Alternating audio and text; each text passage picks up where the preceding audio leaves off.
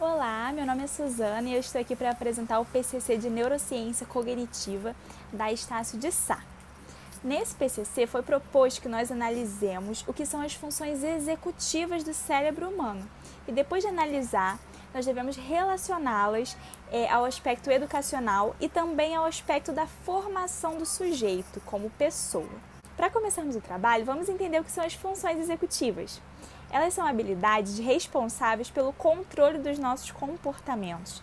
Então, elas vão controlar a maneira como nós vamos agir em determinadas situações. E essas situações podem ser cognitivas ou emocionais.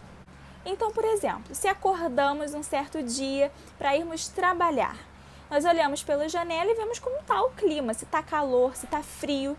Se nós percebemos que está um dia quente, um dia muito calor, então a escolha da nossa roupa vai ser uma roupa mais fresca, uma roupa mais fininha, que permita a passagem do ar para que nós não fiquemos com tanto calor durante o dia. Isso tudo, a identificação do que está acontecendo no ambiente externo e o ato do comportamento, que foi escolher uma roupa mais fresca, tudo isso acontece na parte pré-frontal do nosso cérebro.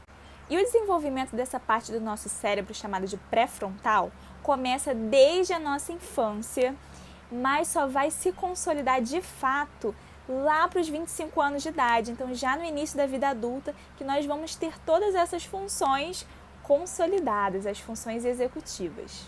Então, quando de fato nós desenvolvemos todas essas características das funções executivas, nós adquirimos capacidade de solucionar os problemas, de autorregular o nosso comportamento, de gerenciar as nossas emoções. Nós conseguimos também ter o acesso a toda a nossa memória de curto prazo, ao raciocínio abstrato e também à comunicação. Mas isso não quer dizer que a gente só tem acesso a tudo isso quando a gente faz 25 anos, quando a gente atinge a idade adulta. Não. Tudo isso começa a se desenvolver desde a nossa infância, se desenvolve principalmente na nossa adolescência e vai se consolidar na vida adulta. Então, quer dizer que nós já vamos ter essas funções, porém não completamente. Nós vamos desenvolvendo elas conforme passa o tempo, conforme nós nos desenvolvemos também. Vamos entender exemplificando. Se nós pensarmos em uma criança de 4, 5 anos, nós já entendemos que ela não tem todo o controle do comportamento dela. Então, é uma coisa que ainda está se desenvolvendo.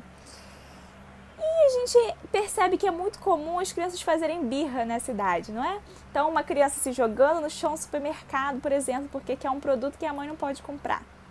E aí os pais geralmente falam, não, essa criança está fazendo isso para me provocar.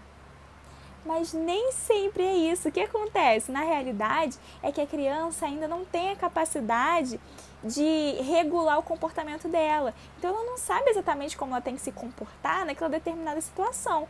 Então, se ela quer uma coisa e o pai e a mãe dela não quer dar essa coisa, a maneira que ela vai reagir a essa situação é uma maneira de fazer escândalo, de gritar, de chorar. Mas isso não é que a criança está fazendo para provocar o pai, para deixar o pai chateado. Não, porque é a maneira que ela sabe reagir ao que está acontecendo ao redor dela. Ela ainda não sabe como ela deve se comportar nessa situação. Então, ela vai reagir da maneira que ela bem quiser. A realidade é essa. Um outro exemplo disso é o teste do marshmallow, que nós tivemos que assistir para fazer esse trabalho, que é muito interessante. Uma criança é colocada numa sala com um prato bem na frente dela com um marshmallow, que é um doce, não é? E aí a pessoa que colocou esse prato, o adulto, sai da sala, mas promete que se a criança não comer aquele marshmallow enquanto o adulto estiver fora, ele vai ganhar um outro doce daquele. E aí a câmera continua filmando a criança e a criança começa a beliscar aquele marshmallow, a provar um pouquinho, a ver, dar uma mordidinha, e daqui a pouco a criança já comeu o marshmallow todo. Isso porque ela não consegue regular o comportamento dela. Então, ela não consegue se prender muito tempo, se permitir obedecer o que foi imposto. Ela acaba cedendo à tentação, que é muito grande, porque as funções executivas dela ainda não estão totalmente desenvolvidas. Então, é muito mais difícil para a criança obedecer essa regra do que para um adulto. mas existem diversas e inúmeras atividades que podem ser feitas para auxiliar essa criança a desenvolver as funções executivas dela. Então, brincadeiras de faz de conta, resolução de problemas ali de acordo com o dia a dia, com o cotidiano, com a faixa etária, atividades que têm interação com o grupo, interação com colegas, então atividades ali com divisões em duplas, em trios, em grupos maiores, tudo isso vai auxiliar. Esportes também auxiliam. Inclusive, existem vários jogos de computador que são planejados justamente para desenvolver aspectos das funções executivas das crianças. Então, assim, existem várias técnicas para você auxiliar que seja desenvolvido de forma correta as funções executivas dessa criança. E existem também as 3 habilidades principais no desenvolvimento das funções executivas, que a partir dessas habilidades, todas as outras vão se desenvolvendo ali. Então, a primeira é a inibição, o controle inibitório, que também é chamado assim. O que é isso? Isso é o pensar antes de agir. Então, é o controle dos impulsos. Antes de eu falar, antes de eu responder de uma certa maneira, eu vou pensar como eu devo responder. Daí eu vou excluir o que é errado, o que eu não devo responder, e vou manter só aquilo que é produtivo, que é proveitoso. E a partir daí eu vou dar a minha resposta. Temos também a memória de trabalho, que é a manutenção das informações que nós recebemos na nossa mente. Então, as nossas informações, elas vão ser ordenadas, elas vão ter início, meio e fim. Por exemplo, para você escrever uma redação, é necessário que você tenha essa memória de trabalho, porque a redação precisa ter um início, precisa ter um meio e precisa ter um fim. Então, você vai organizar todas essas informações na sua mente para quando você for escrever no papel, ter uma ordem correta, de fácil entendimento. E para finalizar essas principais habilidades, temos também a flexibilidade cognitiva, que é a capacidade de você manter o foco em uma atividade. Então, se agora é necessário eu escutar o que o professor está dizendo, eu vou conseguir colocar o meu foco nas palavras do professor. Se agora é necessário que eu transfira o meu foco da palavra do professor para a resolução da atividade, eu vou conseguir resolver a minha atividade porque o meu foco vai estar naquilo. Eu vou conseguir concentrar toda a minha atenção naquela atividade que eu estou fazendo. Isso é uma habilidade importantíssima. E tudo isso está muito ligado ao aspecto educacional. É imprescindível que nós treinemos as nossas funções executivas enquanto está acontecendo o processo de ensino-aprendizagem. Então, por exemplo, hoje em dia nós sabemos que nós temos diversas informações na palma da mão. Só acessarmos ao Google e vamos ter ali várias informações, mas o nosso cérebro precisa selecionar quais são as informações úteis para nós naquele momento. Então, isso tem a ver com as funções executivas, saber selecionar o que eu quero, colocar o meu foco em um conteúdo específico. Além disso, as funções executivas também vão ajudar no nosso desempenho escolar da criança, principalmente em competências de leitura, que na leitura você vai precisar usar a memória de trabalho, a flexibilidade cognitiva.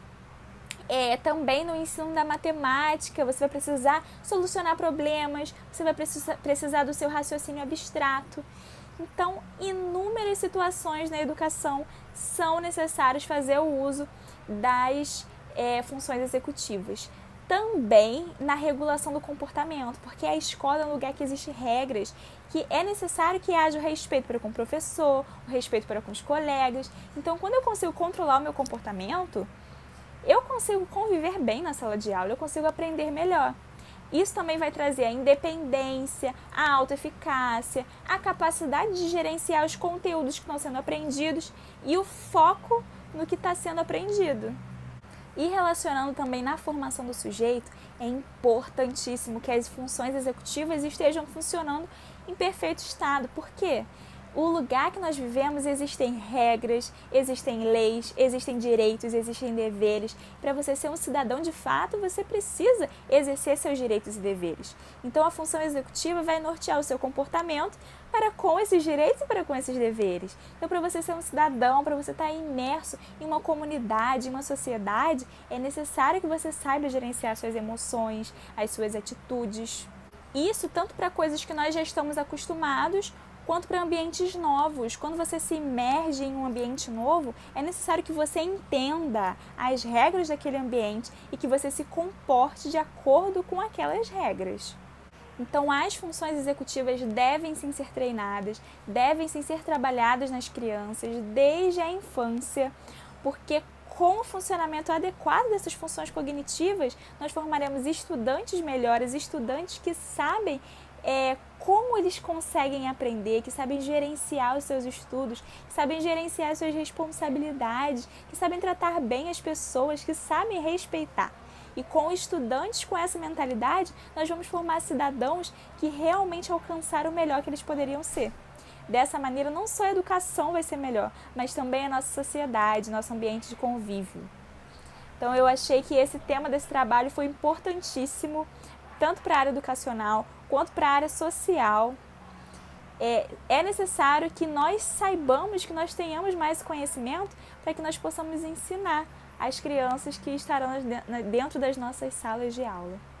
Então é isso, eu espero que tenha sido um bom trabalho.